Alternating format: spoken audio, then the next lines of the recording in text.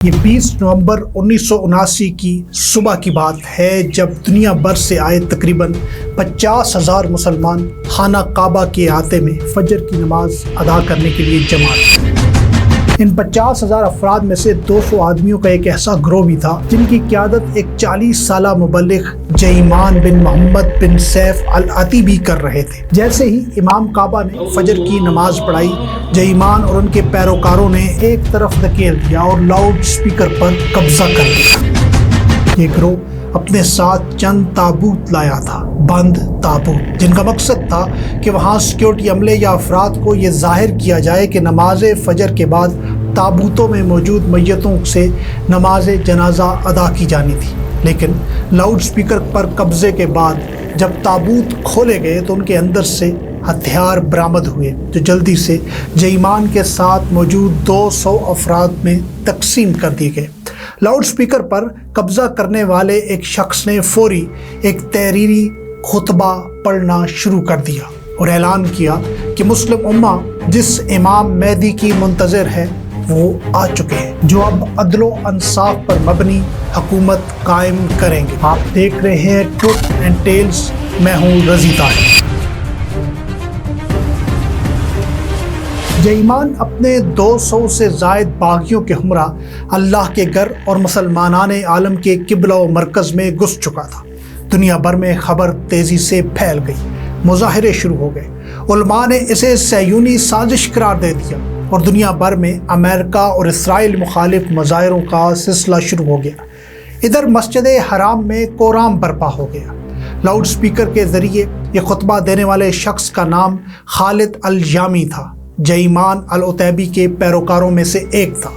مسجد حرام میں موجود تمام زائرین مسلح افراد اور ان کی رائفلوں سے نکلنے والی گولیوں کی آواز سن کر دنگ رہ گئے، کیونکہ مسلمانان عالم کے مقدس کتاب کے اندر لکھا ہوا ہے کہ مسجد حرام میں کسی قسم کا تشدد اور خون ریزی نہیں کی جا سکتی، جس کی سختی سے ممانعت ہے۔ اسی اثناء اور کنفیوژن کے دوران مسجد حرام میں موجود چند نمازی دروازے بند ہونے سے قبل وہاں سے بھاگ نکلے۔ 1 گھنٹے کے اندر مسلح افراد نے مسجد کا کنٹرول سنبھال لیا۔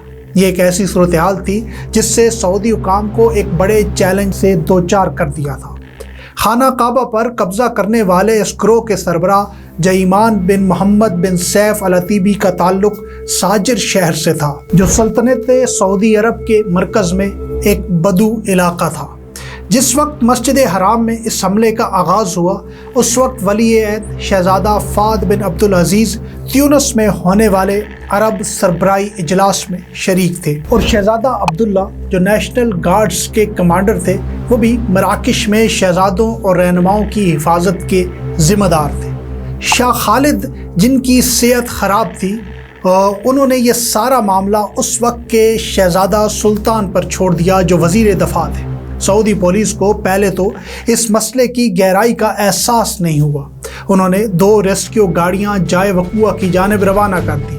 جیسے ہی پولیس کی یہ گاڑیاں مسجد حرام کے قریب پہنچی تو ان پر محاصرہ کرنے والوں کی جانب سے اندھا دھند فائرنگ کر دی گئی۔ جب صورتحال کی سنگینی واضح ہو گئی تو نیشنل گارڈ یونٹ نے مسجد حرام کا انتظام دوبارہ حاصل کرنے کے لیے کوششیں تیز کر دی۔ یہ واضح ہو گیا کہ محاصرہ کرنے والے عناصر نے اس طرح منصوبہ بندی کر رکھی تھی کہ انہیں آسانی سے منتشر نہیں کیا جا سکتا تھا۔ مکہ و مکرمہ میں مسجد حرام کے ارد گرد حفاظتی حصار نافذ کر دیا گیا اور خصوصی دستے، سیکیورٹی اہلکار اور مسلح یونٹ تعینات کر دی گئے۔ اس دن خانہ کعبہ کے اندر پھنسے عبد المنعم سلطان کا کہنا ہے کہ جھڑپیں محاصرے کے دوسرے دن دوپہر کو ہوئیں۔ ان کے مطابق میں نے توپ خانے کے گولے میناروں کی طرف بڑھتے ہوئے دیکھے، میں نے ہیلی کاپٹر کو مسلسل آسمان پر منڈلاتے ہوئے دیکھا، اور میں نے جنگی طیاروں کو بھی دیکھا جو مسجد حرام کی ایک بہت بڑی عمارت کے اوپر منڈلا رہے تھے۔ مسجد حرام ایک بڑی عمارت تھی جس کی سینکڑوں میٹر لمبی راداری تھی۔ اس وقت یہ عمارت 2 منزلہ ہوا کرتی تھی۔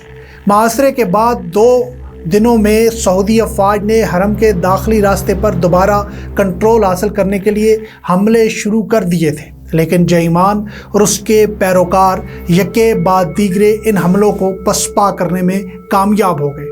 باوجود اس کے کہ ان کے پاس ہتھیار اور بارود مسلسل ختم ہو رہا تھا اور حملہ آوروں کی تعداد بہت کم تھی، عبد المنعم کا کہنا ہے کہ اس دن جب کعبہ کے قریب ان کی ملاقات ہوئی تو جیمان بہت پر اعتماد اور پرسکون نظر آیا۔ ان کے مطابق وہ آدھے گھنٹے یا 45 منٹ تک سوتے رہے، میری ٹانگ پر اپنا سر رکھ کر سوتے رہے، جبکہ ان کی بیوی ان کے ساتھ کھڑی ان کی حفاظت کرتی رہی۔ جیمان کے پیروکاروں نے قالینوں اور ربڑ کے ٹائروں کو آگ لگا دی تاکہ دھوئیں کے بادل اٹھیں اور وہ ستونوں کے پیچھے چھپ گئے۔ اب یہ پناہ گاہ میدان جنگ میں تبدیل ہو چکی تھی اور ہلاکتوں کی تعداد تیزی سے سینکڑوں تک پہنچ گئی۔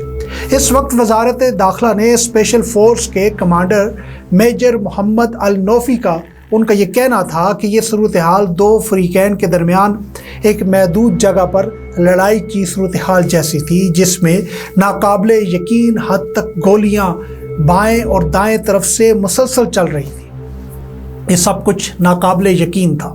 اس موقع پر سعودی علماء کی جانب سے ایک فتویٰ جاری کیا گیا جس میں سعودی فوج کو حرم پر قبضہ کرنے والے دہشت گردوں کو شکست دینے کے لیے ہر طرح کی طاقت کے استعمال کرنے کی اجازت دے دی گئی۔ جیمان کے پیروکاروں کو شکست دینے کے لیے انہیں میناروں سے پیچھے دھکیلنے کے لیے ٹینک شکن گائیڈڈ میزائل اور بھاری ہتھیاروں کا استعمال کیا گیا اور اسپیشل فورسز کے ارکان نے گیٹ پر دھاوا بول دیا۔ یہ واضح ہو گیا کہ سعودی حکومت جو باغیوں کے رہنماؤں کو زندہ پکڑنا چاہتی تھی، ان کو محاصرہ ختم کرنے کے لیے مدد کی ضرورت تھی۔ انہوں نے فرانس کے اس وقت کے صدر سمیت کئی حکومتوں سے مدد طلب کی، جس میں پاکستان کی حکومت بھی شامل تھی۔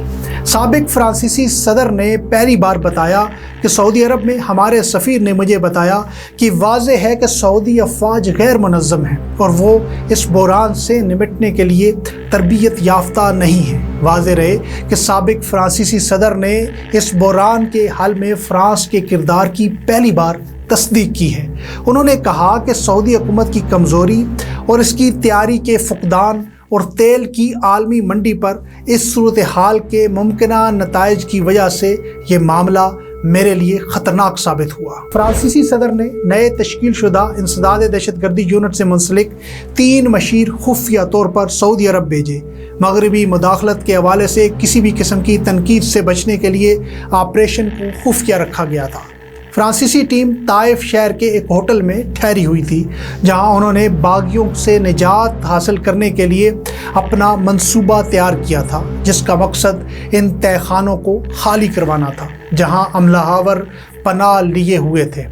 کیپٹن پال بریل جو اس منصوبے کو عملی جامہ پہنانے کے ذمہ دار تھے، ان کا کہنا تھا کہ 20 میٹر تک گڑھے کھود کر ان کے ذریعے گیس تہہ خانوں میں پمپ کی گئی، جو جلد ہی تمام حصوں تک پھیل گئی۔ اس واقعے سے لکھی ایک کتاب میں یہ لکھا گیا کہ فرانسیسی کمانڈو نے سعودی فوج کو ہنگامی تربیت دی تاکہ وہ شدت پسندوں کا خاتمہ کر سکے۔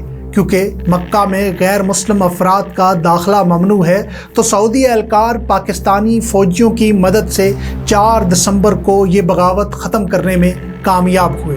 ان تہہ خانوں سے زندہ بچ جانے والے ایک شخص نے بتایا کہ جیمان کے باقی ماندہ پیروکاروں کے ساتھ وہ تہہ خانے میں بند تھا۔ اسے ایسا لگتا تھا کہ جیسے دنیا ختم ہو رہی ہے۔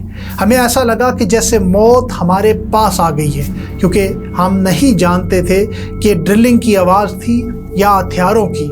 جیمان کے پیروکاروں میں سے ایک الناصر ہیثمی بھی تھے، جس نے یہ بتایا کہ محاصرے کے آخری دنوں کے دوران ان کے پاس خوراک اور گولہ بارود بالکل ختم ہو گیا تھا۔ باغی سب ایک چھوٹے سے کمرے میں اکٹھے ہو گئے تھے اور فوجیوں نے چھت کے ایک سوراخ سے ان پر دھوئیں کے بم پھینکے تھے، جس پر انہوں نے ہتھیار ڈال دیے، اور جیمان اور دیگر ساتھی وہاں سے جیمان کی پیروکاری کرتے ہوئے باہر نکل آئے۔ میجر النوفی سعودی شہزادوں اور جیمان کے درمیان ملاقات کے عینی شاہد ہیں۔ ان کے مطابق شہزادہ سعود الفیصل نے ان سے پوچھا کہ جیمان تم نے ایسا کیوں کیا؟ تو انہوں نے جواب دیا، یہ تقدیر کا لکھا تھا۔ اس کے بعد شہزادہ سعود نے ان سے استفسار کیا کہ آپ کو کچھ اور چاہیے، تو اس کے جواب میں جہیمان نے کہا کہ اگر پینے کو کچھ پانی مل جائے تو کافی ہے۔ اس واقعے کے تقریباً 1 ماہ بعد سعودی عرب کی حکومت نے اسے اس جرم کی پاداش میں 8 شہروں میں 63 افراد کو سرعام پھانسی دی، اور ان میں سے سب سے پہلے جہیمان کو پھانسی دی گئی۔